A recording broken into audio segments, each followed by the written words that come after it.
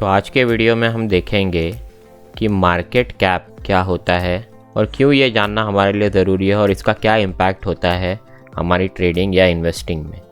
तो market cap का अगर हम फुल फॉर्म देखें तो उसे हम कहते हैं मार्केट कैपिटलाइजेशन। सपोज़ आपने किसी कंपनी का एग्जांपल लिया, इस बार हम HUL का एग्जांपल लेते हैं, हिंदुस्तान यूनिलीवर। अब हमने क्या करना है, जैसे हम स्टॉक क्रिएट करते हैं तो कंपनी के छोटे छोटे हिस्से करते हैं, लेकिन इस कंपनी के हम सिर्फ 4 स्टॉक्स बनाएंगे और ये जो एक स्टॉक है इसका प्राइस हमने सेट कर दिया कि HUL के एक स्टॉक का प्राइस है 2800 रुपीज़। अब अगर मुझे HUL कंपनी का टोटल वैल्यू कैलकुलेट करना है, वर्थ कितना है या फिर इसका वैल्यूएशन कितना है, तो मैं क्या करूँगा, कंपनी के कितने शेयर्स अवेलेबल है मार्केट में, 1 2 3 4 शेयर्स अवेलेबल है मार्केट में और हर शेयर का वैल्यू कितना है 2800। तो ये जो HUL कंपनी है इसका टोटल वैल्यूएशन कितना रहेगा 11200। तो ये जो 11200 है ये क्या है, हिंदुस्तान यूनिलीवर HUL जो कंपनी है उसका टोटल वर्थ है जो स्टॉक मार्केट में है। तो जो 11200 है इसे हम कहते हैं HUL का मार्केट कैपिटलाइजेशन या फिर मार्केट कैप। तो मार्केट कैप कैलकुलेट कैसे करते हैं हम, market cap is equal to number of shares outstanding. Number of shares outstanding मतलब क्या होता है, उस कंपनी के मार्केट में कितने शेयर्स अवेलेबल है total into price of 1 share.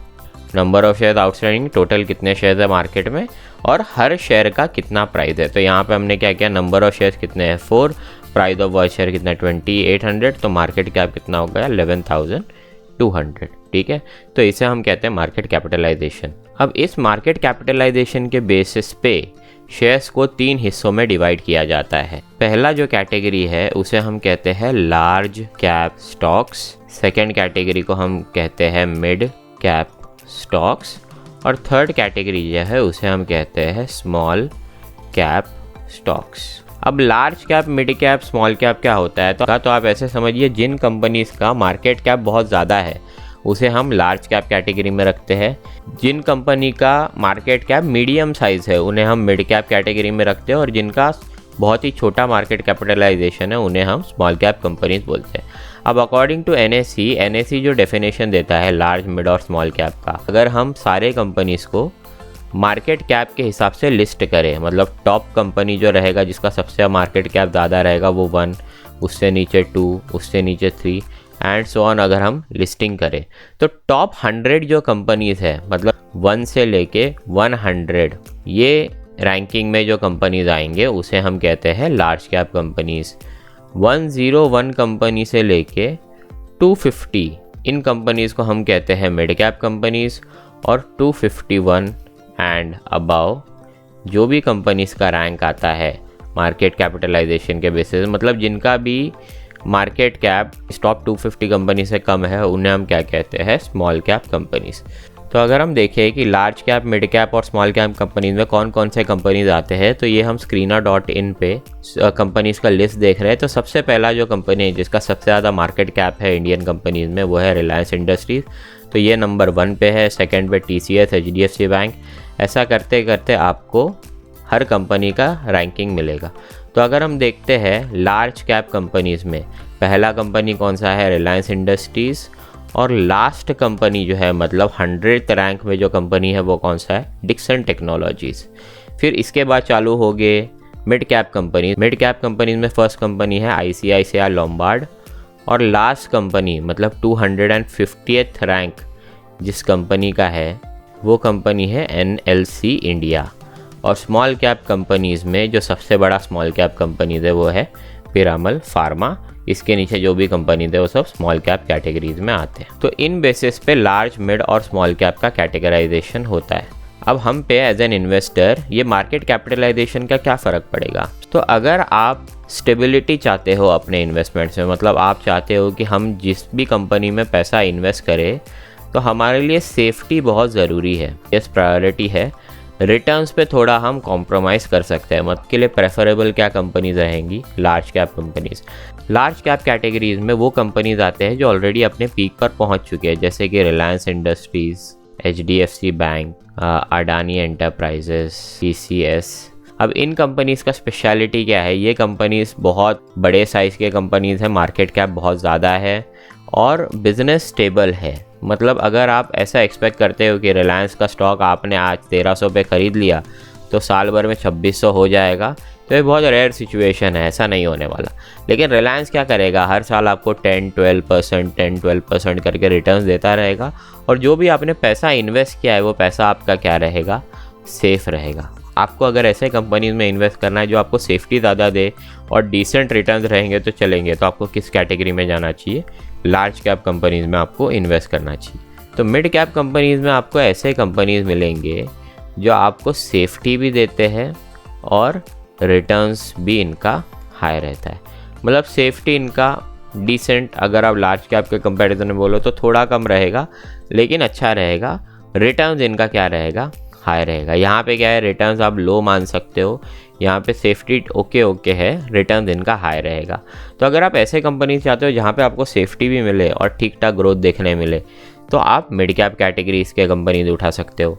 अब स्मॉल कैप कंपनीज मतलब वो कंपनीज जिनका मार्केट कैप बहुत कम है, तो यहाँ पे क्या रहेगा? ये कंपनीज सेफ्टी के मामले में थोड़े रिस्की कंपनीज हैं। मतलब हो सकता है आपने अगर किसी स्टॉक में लगाया वो कल 20-30-50% डाउन चला गया, मतलब आपका इन्वेस्टमेंट भी वैसा कम जाएगा और रिटर्न्स जो इन स्टॉक्स में मिलेगा वो रिटर्न्स कैसा रहेगा? बहुत हाई रहेगा।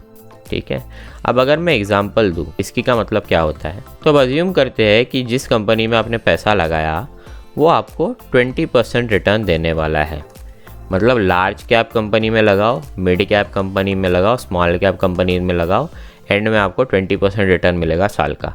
तो अगर आप लार्ज कैप का रिटर्न देखोगे, अब इसका रिटर्न कैसा रहेगा? तो ऐसा, कभी ये स्टॉक थोड़ा ऊपर जाएगा, कभी ये स्टॉक थोड़ा नीचे जाएगा।